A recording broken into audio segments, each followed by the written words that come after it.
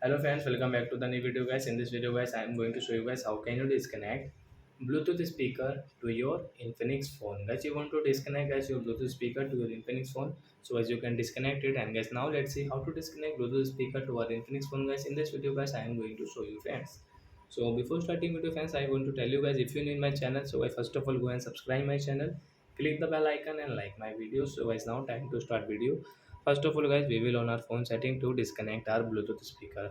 As you can see guys, this my light guys we have connected. Guys we will disconnect. More connection setting as tap here guys, you can see your Bluetooth setting, tap here. So as you can see JBL speaker go active means guys we have connected. And guys how can we disconnect? As you can see the right side guys this icon guys, so guys tap here. As you can see your disconnect and forget option, so guys we want to disconnect, so guys we will click on disconnect, then it will disconnect. And guys you can see this right, so we will off it.